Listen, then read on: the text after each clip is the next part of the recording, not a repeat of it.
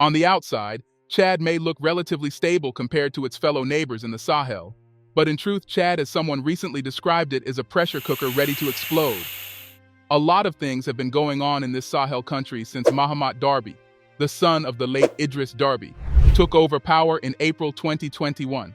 Interestingly, while Niger, Burkina Faso, and Mali received serious condemnation and stringent sanctions from the international community because of the coup which occurred in their countries, nothing of such happened in Chad, even though the president also came into power through a coup. In fact, President Macron openly supported the coup in Chad, saying that it was necessary because of security reasons.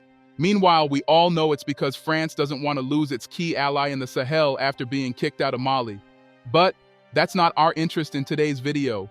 Our focus is on Chad, and as we said earlier, a lot of things have been happening in the country that make it highly possible that another coup may occur anytime soon in the country. What has been happening in Chad, and why is it possible that another coup may occur in the country? Let's find out.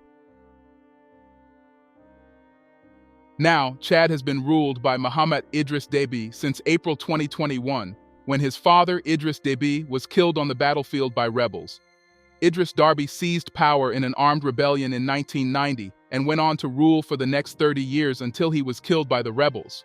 However, before his death, Idriss had already won an election which would have enabled him rule for a sixth term, but his untimely death ended that ambition, and so according to Chad's constitution, the Speaker of the Parliament should become the interim president upon the death of an incumbent. But that didn't happen. Instead, after presiding over the funeral of the late Idriss Derby, French President Emmanuel Macron quickly aided the Chad military to install Mahamat Derby, the son of Idriss Derby, as the interim president of Chad. This is not surprising because it was the only way for France to continue to maintain its relation with Chad. The fact that it was undemocratic and unconstitutional didn't matter to France. Again, it's not surprising because France has long backed dictators in Chad in exchange for Chadian soldiers fighting alongside France in the region and for French bases in the country. That support has extended to French jets bombing rebel columns. A good example was in 2019, upon the request of Idriss Derby, the French government deployed 7 jet fighters that annihilated an armed convoy during 4 days of strikes. This is the singular reason Idriss Derby was able to rule for so long. Now, when Mahamat Derby came into power, tensions between Derby government and opposition parties began to brew, but the country was still relatively calm. However, things began to change. When he first came into power, Mahamat promised to an 18-month transition to elections and that he would not stand in the poll. However, in October 2022, he extended the transition for another 2 years and declared that he was eligible to run after all. This led to an escalation of the already brewing tensions between the opposition parties and the military government. The outraged opposition took to the streets to contest the decision made by Derby on October 20th, 2022 in the capital N'Djamena and other towns and cities across the country, raising slogans against the military junta and its backer, France. In response, Chad's security forces gunned down at least 128 people in a day and locked up hundreds more. As a result, October 20th is now referred to as Black Thursday in Chad. Aside from the actions of the Chadian government on Black Thursday, several opposition parties were shut down. Yet, the United Nations, France, and the international community continues to support Derby government. If something like this were to happen in Burkina Faso and Mali, they would be the first to throw stones and condemn the government. How double-standard can they be? Now, fast forward to December 2023, when in preparation for the upcoming elections in 2024, the Chadian government decided to draft a new constitution which entrenches a unitary system of government.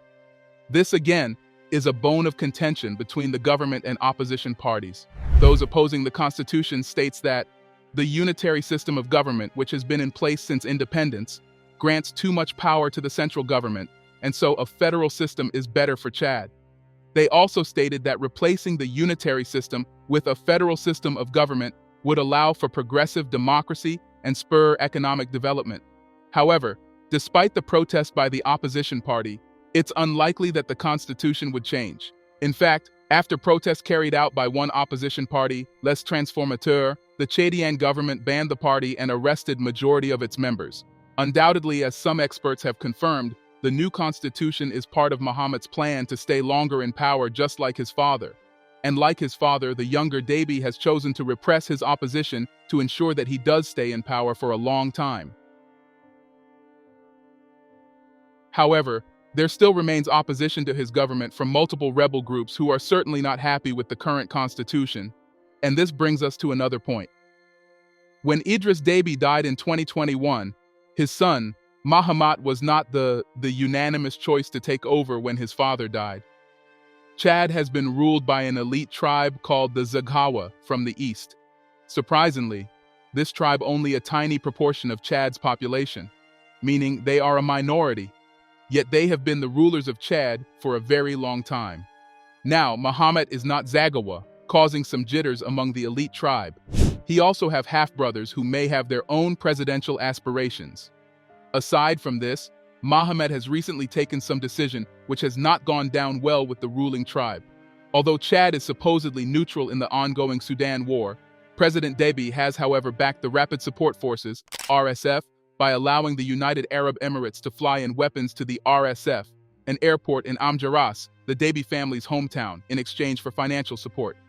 This decision has angered Chad's Zaghawa generals, who oppose the Emirati effort to arm the Rapid Support Forces, RSF, militia in the ongoing war.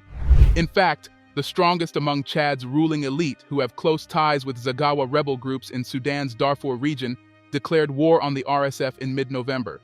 So, the fact that President Derby is seemingly backing the RSF would possibly divide the army and the ruling tribe.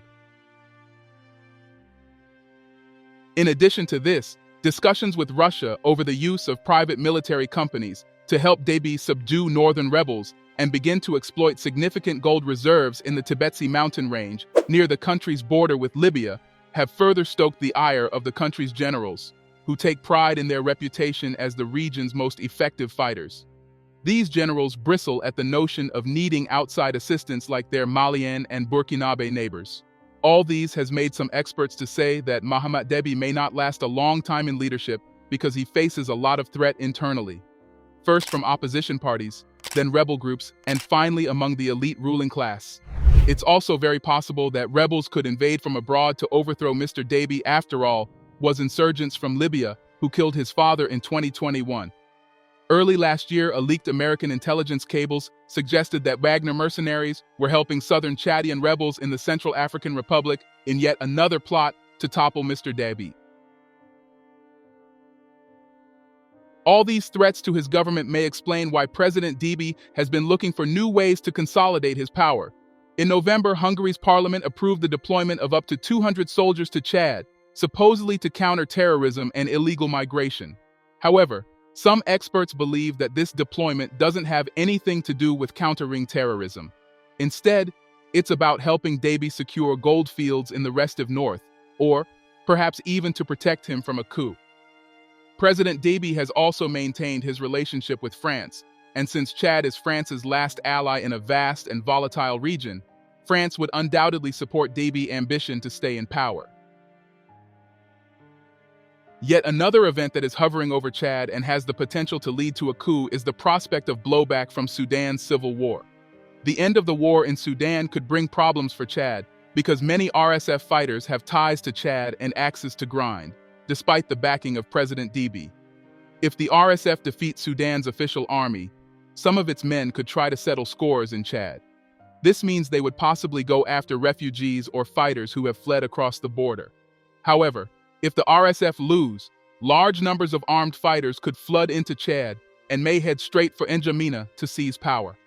All these brewing tensions and internal strife has led to rumors of an impending military coup, which is highly possible. One way or another, Chad is on the tip of a ledge. Any little push, and that mirage of stability present in the country would evaporate.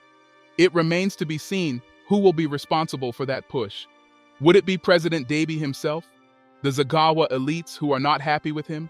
The armed rebels within and outside Chad, or the opposition parties?